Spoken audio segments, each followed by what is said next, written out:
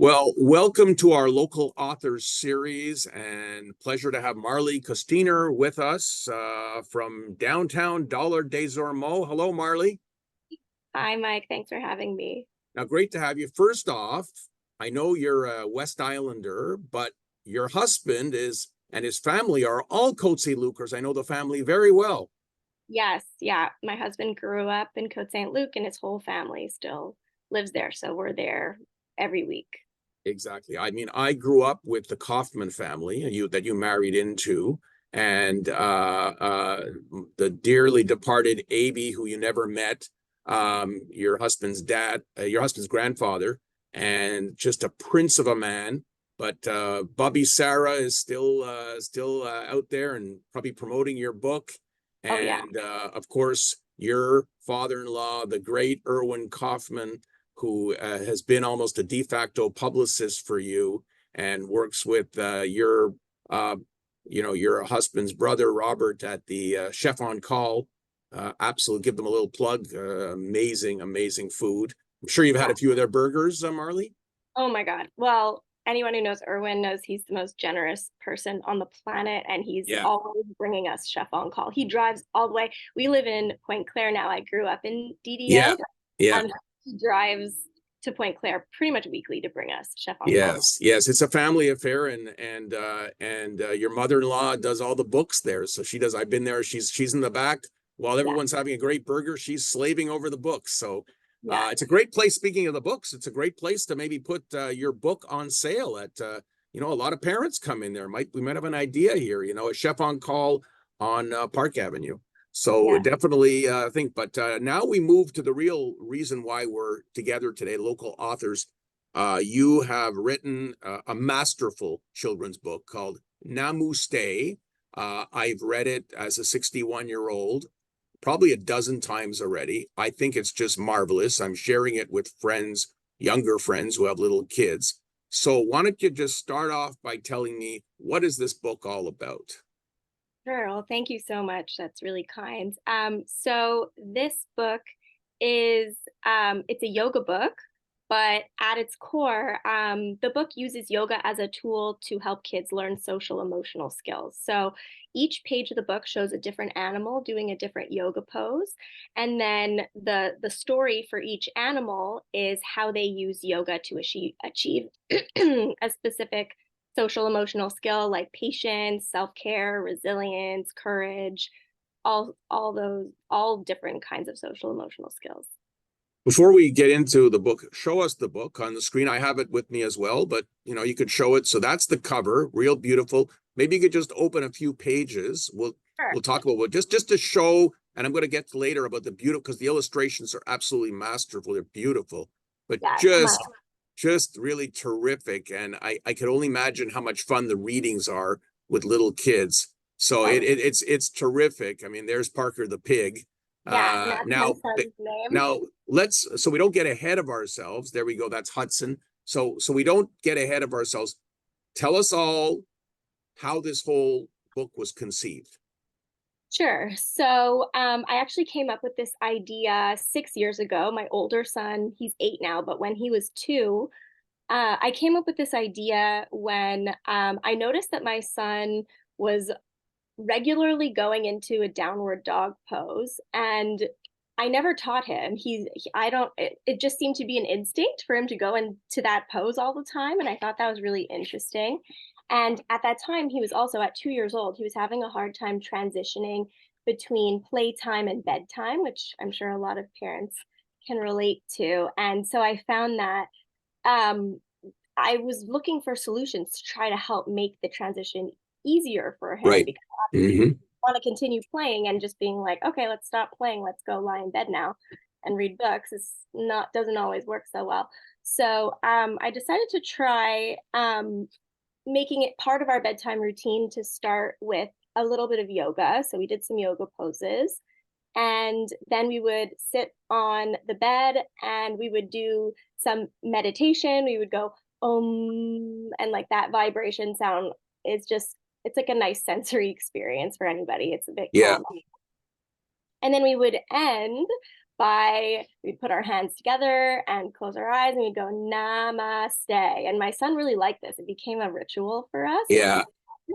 And then one day, out of nowhere, we were like about to say namaste, and my son just said NaMOOste. And he was laughing. He thought it was the funniest thing ever. I mean, every 2-year-old likes making animal sounds. And me and my husband, we were laughing. It was so cute. And it was just very strange. Immediately, I was like, I need to write a book. That's a perfect book name. And I had an idea.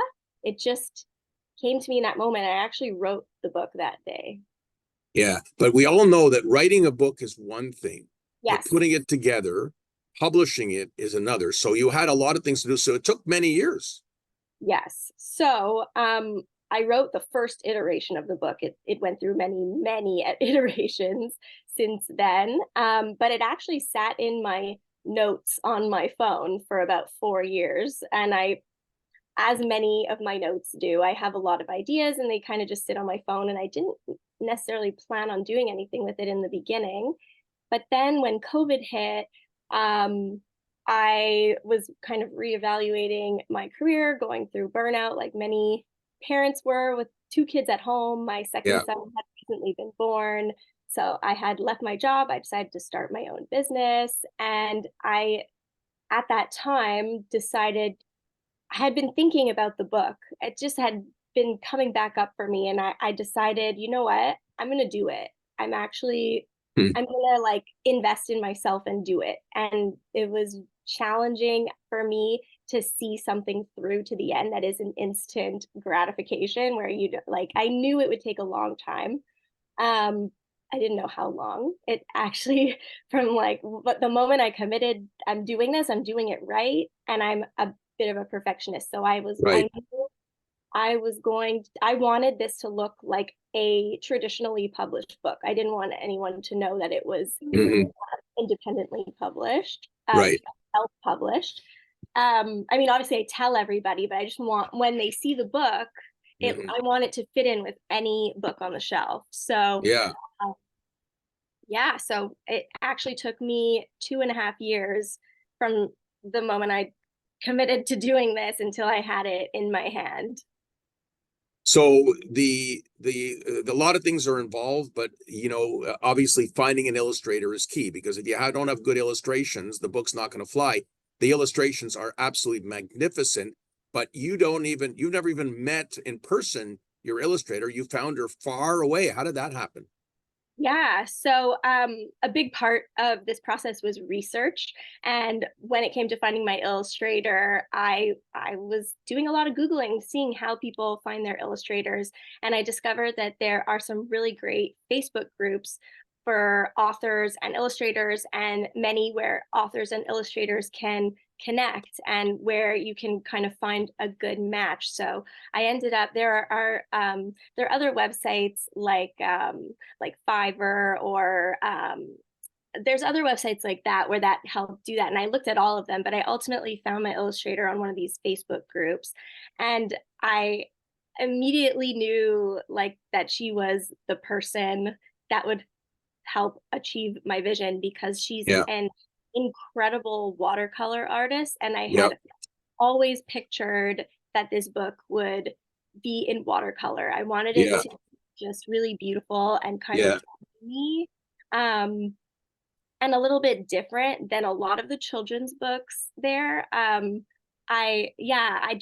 love just like beautiful things, and I really wanted it to be beautiful for the parents too, but Yeah. also attract the eye. So her name is Manvi Simalti. She's an incredible person and an incredible artist. She lives in India. And so I think we have a 12-hour time difference. Yeah. There are a small window of times where we could actually speak like on Zoom together. Hmm. But a lot of times we were messaging, like emailing or WhatsApp back and forth. And yeah, she's amazing. Yeah, she did an incredible job. It's very original. The fact that you go from page to page. First off, there's the animals. So I love when we go to the story of the horse. It's NaMOOste. Like you had took all. I mean, I can't believe you wrote that all in one day. It's very clever because you've come up with na meow asked for the cat, and you that came fast for you to think like that because it's very original. Thank you. Yeah. So, I mean, it's funny because I didn't actually think of that on the first day. When I first wrote the book, I originally was thinking I would have NaMOOste on every Yeah, page.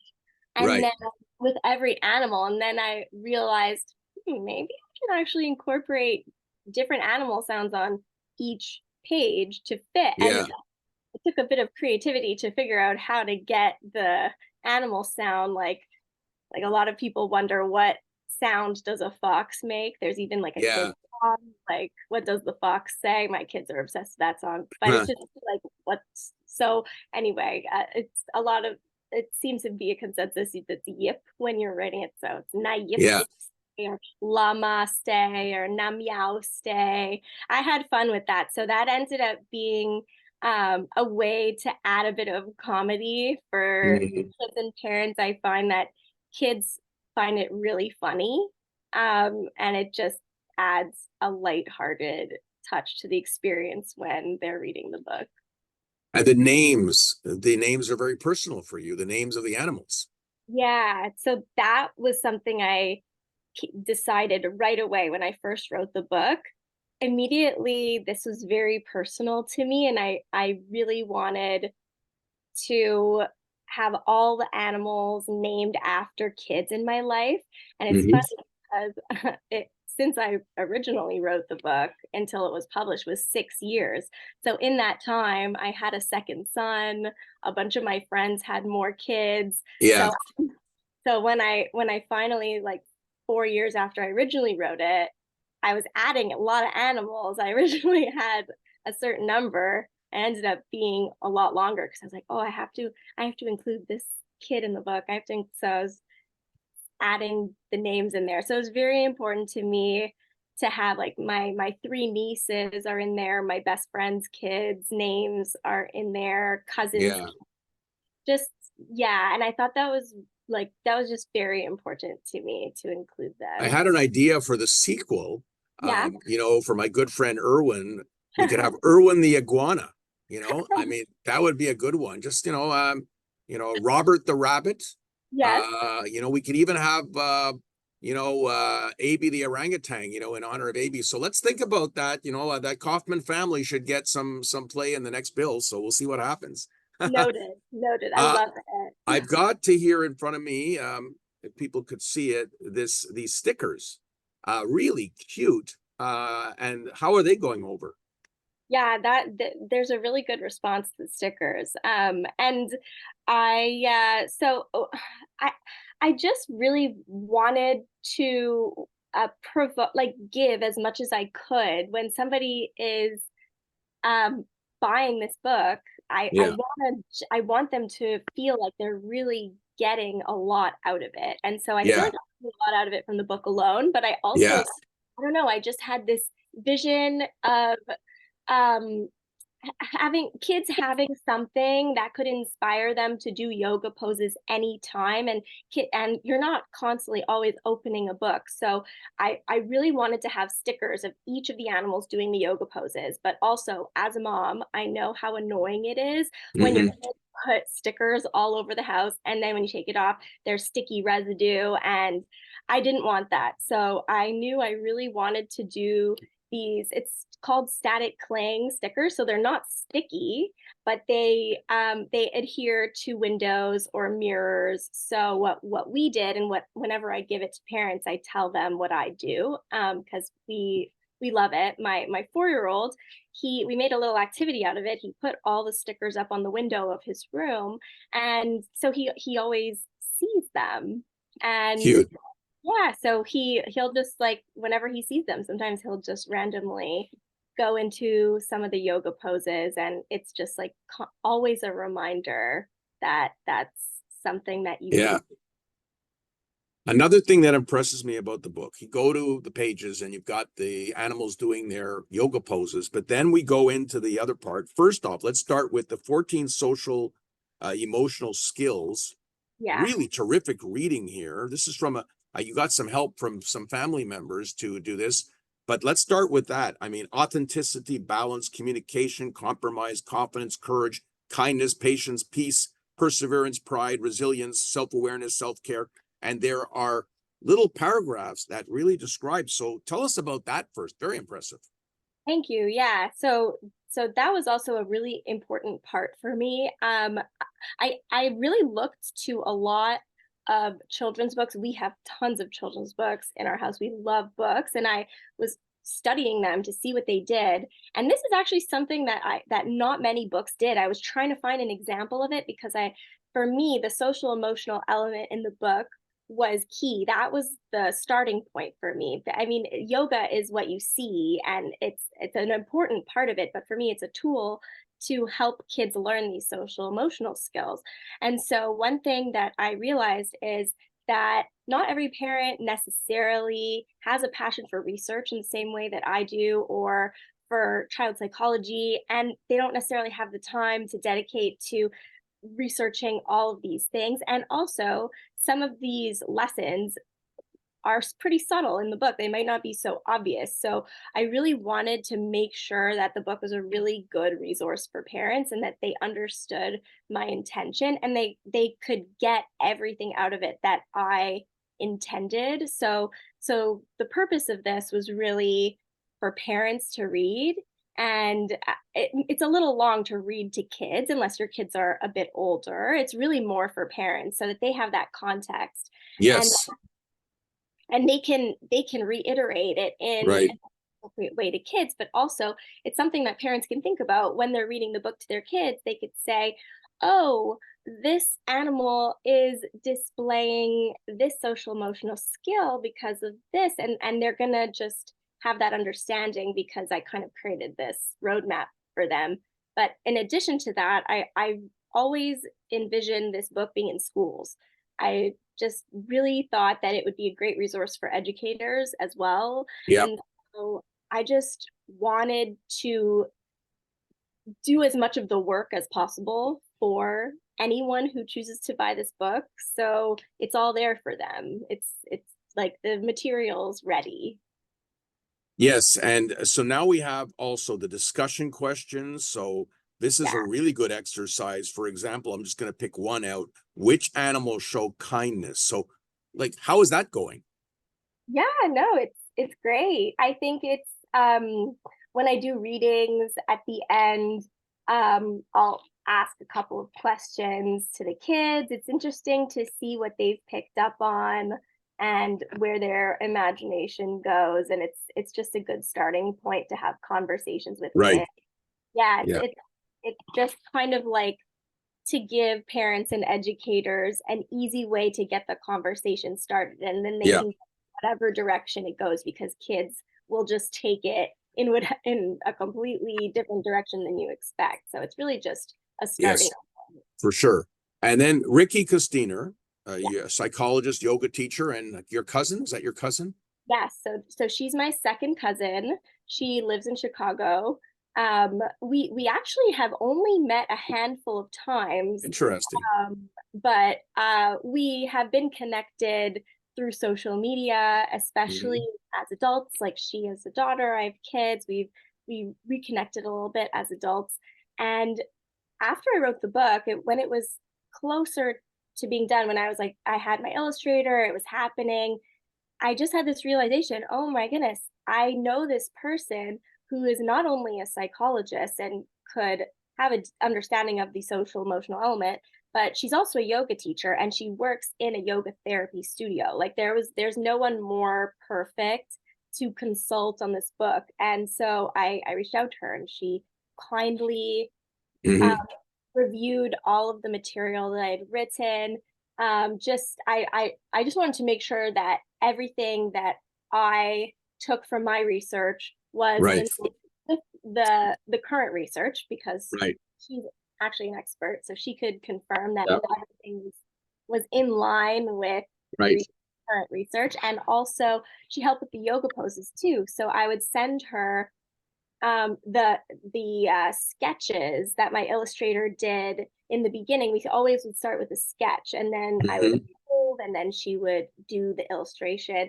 And so when from the beginning, when she was doing the sketches, I would send it to Ricky and say, "Is this accurate? Is this appropriate for kids? Do you have any suggestions?"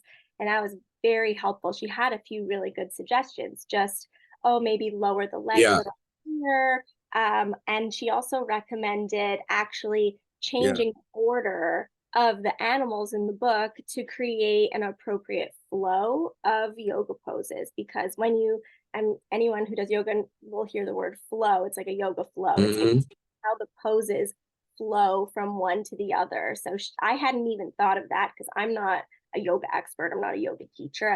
I practice yoga sometimes, but yeah, so that was a very helpful insight from her, and I completely reordered the book with yeah. that. It sounds to me like you could have a good launch in Chicago at some point. Big market there. Oh, that would be awesome. I'm You never sure. know. I Yeah, would not rule it out, you know. yeah, I I would would love that. exactly. So tell us two more questions. One is at the end, people could scan a QR code. What's that all about? Yeah, so this is another example of how I really just wanted to make everything really easy for anyone who wanted any information. So I wanted to put this QR code so at the end of the book, if anyone had not yet visited my website, that they could, and they could access more information about the book, information about me. I am working on putting videos of actually my younger son doing some of the yoga poses. It's not up yet, but I'm working with a videographer. I'm gonna have some free resources on the website. So I wanted, when parents get to the end of the book, they can just use their phone, scan the QR code, and it'll just bring them right to the website. They don't even have to type anything in the search bar, nothing. It just brings them Right, right. right. Okay, terrific. So where can people get the book? So they can get it on my website. It's gardenwolfpublishing.com. Yep. Okay, and it is available at some stores?